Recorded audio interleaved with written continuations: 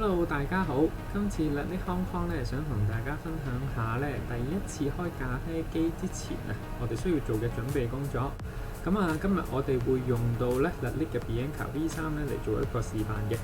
咁啊，介紹下啦，今次咧 V3咧其實最主要更新咧就係 LCC 嘅部分啦。咁啊，所以咧尺寸咧同以往一樣嘅，闊咧都係29cm。咁而深度咧未連水箱嘅話咧，大概係40cm 左右啦。咁啊，而高度咧同樣咧都係40cm嘅。咁啊，水箱方面咧，由於係外置水箱咧，所以量度位置嘅時候咧，亦都需要留意翻水箱嘅尺寸啦，大概係8.5cm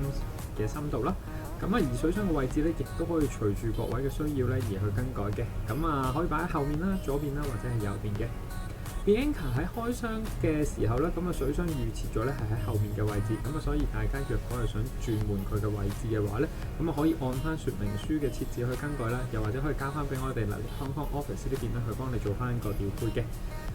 咁啊，由於 Bianca 係雙柯爐嘅關係啦，咁所以重量咧會去到咧26.5kg 嘅，咁啊亦都要留意翻啦台面嘅承重啦。V3 version 啊，最主要嘅更新咧，其實就喺 LCC 嗰邊，咁啊，所以佢嗰個 accessory 嗰套件方面啦，咁啊，其實咧同之前嘅 V2 version 咧大致係一樣嘅，咁我哋可以一齊打開嚟望一望啊。咁啊，首先會見到喺左手邊嘅位置，我哋會見到上面有一啲喉管嘅部分啦，咁啊，其實就係放翻商用咖啡機用嘅出入水喉嘅位置。咁啊，黑色嗰個咧，其實咧就係本身跟機嘅 U 型兩腳插頭嚟嘅。咁啊，我哋香港嘅客戶，咁當然我哋會配翻個英製嘅三腳插頭啦。而另外咧，會見到一個白色嘅一支樽仔咁樣嘅物體，咁係咩嚟嘅咧？就係蒸汽棒專用嘅清潔溶液嚟嘅。咁啊，俾翻大家第一次喺清潔嘅時候可以用翻，同時間亦都會見到 Steam1 用嘅抹布啦。喺右手邊啦，咁我哋會見到有3包咧 Espresso Cleaning 包，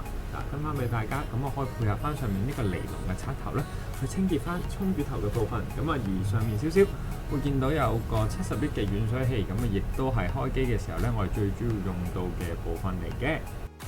而另外咧，喺 Bianca 嘅 kit 入邊咧，亦都會發現咧，其實佢會配咗咧有一個4孔嘅 Steam Tube 俾大家。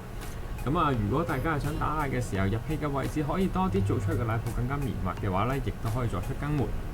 而喺上面咧，會見到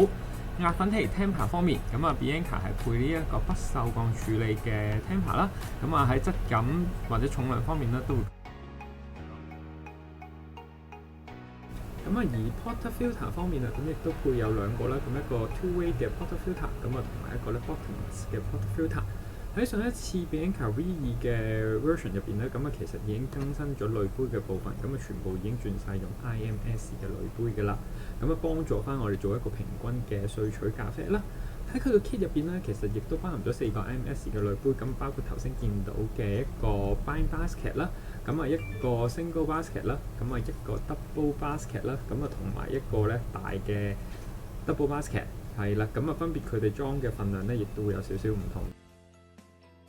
咁啊，亦都會有翻個 espresso wrap 俾大家用一啲短身啲嘅杯嘅時候咧，亦都可以接翻 espresso 嘅。咁啊，以上咧其實就係成套 accessory kit 嘅一個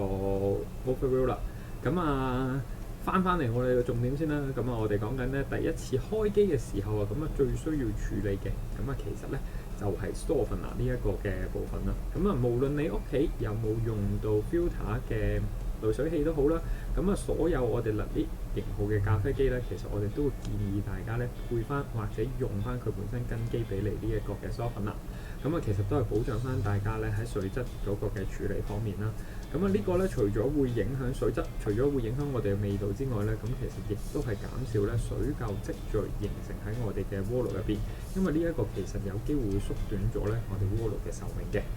咁啊，我哋打開咗呢個包裝之後啊，咁啊會見到咧，成支 softener 咧其實好似一個外賣紙杯咁嘅飲品形狀嚇。咁啊，我哋咧會先用咗嗰個水啦去浸泡咧，大概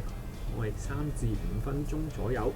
咁啊，如果大家未必有咁大嘅容器嘅，尤其是呢個70L嘅容器嘅話咧，咁啊可以用翻佢嗰個 Bianca 嘅水箱啦，去裝翻啦，去做翻個浸泡嘅。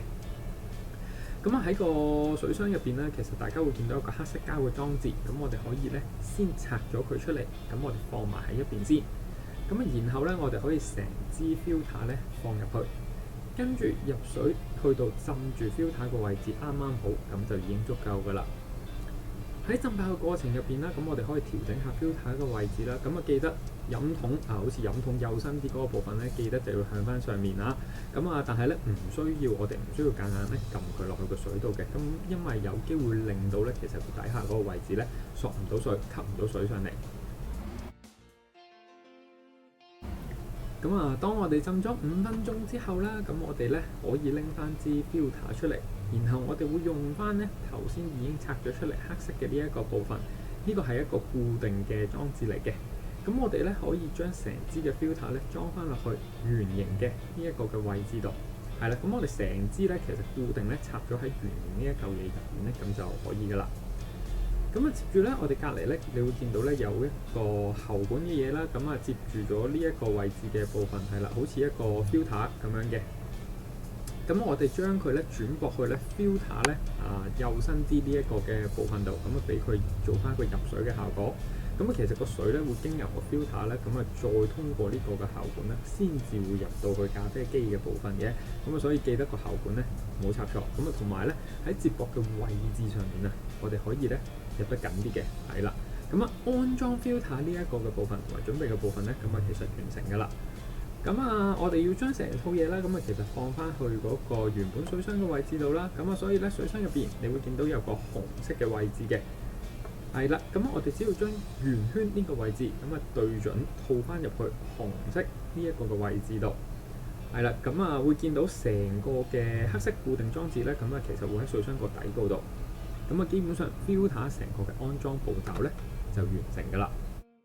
可以留意翻水箱咧喺個手抽個位個位置度咧，經常都會有朋友問我哋紅色呢啲嘅格仔同埋個數字其實有咩用嘅？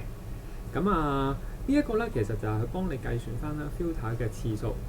若果我哋每一次以入滿水箱嚟去計算嘅話咧，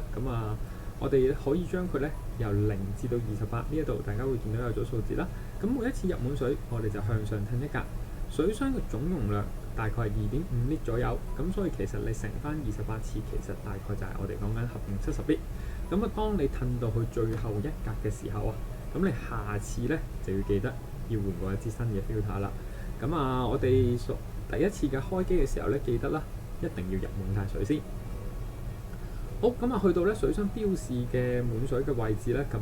足夠噶咯喎。然後咧，我哋可以將成個嘅 water tank 啦放翻入去我哋嘅咖啡機入邊，放落去嘅時候咧，稍微撳一撳，令到佢咧接觸翻咧入水嗰個嘅位置就足夠。記得睇翻個正反面啦。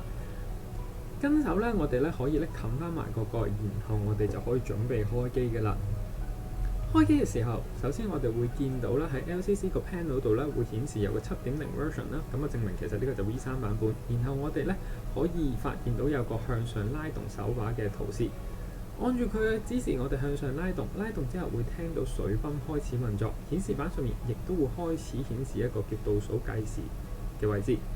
同時間可以留意翻啦，水箱嘅水位咧其實會一路咁樣下降，直至個水入水完成過程之後咧，亦都會見到倒數嗰度咧會去到0嘅。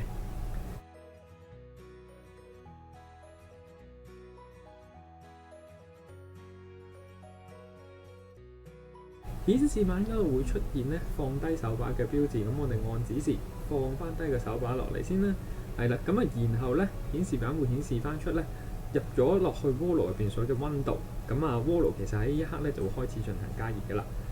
同時顯示板嘅數值上面咧，亦都會一路咁樣上升啦。Bianca 特濃咖啡嘅杯打咧，出廠嘅溫度咧大概 set 咗喺95度嘅位置度嘅，所以啦，若果我哋冇特別去處理過嘅話，鍋爐咧會首先加熱咧去到95度先嘅。喺呢個時候，我哋咧記得可以補充翻咧水箱入邊嘅水先，係啦，慎防轉頭我哋唔記得，因為個水位已經比較低嘅啦。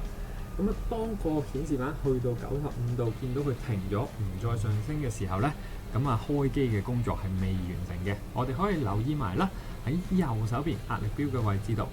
壓力錶嘅位置主要分咗上下兩個部分，下面係顯示做特濃咖啡嘅時候個萃取壓力啦，而上面有個 steam 嘅位置。你會見到咧，其實就係我哋講緊咧係個蒸汽鍋爐嘅壓力啊。喺呢個時候咧，其實鍋爐咧會繼續持續加熱啦，去產生所蒸汽嘅效果啦。咁會見到咧，咖啡機有時會自動排出多餘嘅蒸汽同埋水嘅。咁我哋一般咧只係需要靜候，去到蒸汽壓力咧達到穩定嘅水平，大約我哋會見到喺個 steam 嗰個壓力巴度咧會去到咧1.5個巴左右。咁第一次嘅開機操作部分就完成㗎啦。咁今次啦，我哋用咗 Bianca 咧作為示範，喺操作上面啦，可能講緊係會比較多少少。軟水器方面啦，若果用其他咖啡機嘅話咧，其實咧都係大同小異。最緊要係接駁翻嗰個喉管就足夠㗎啦。若果係用翻 Mara X 嘅話咧，其實咧都係跟翻我哋 Bianca 呢個安裝方式，其實都係一樣嘅。下次我哋會介紹一下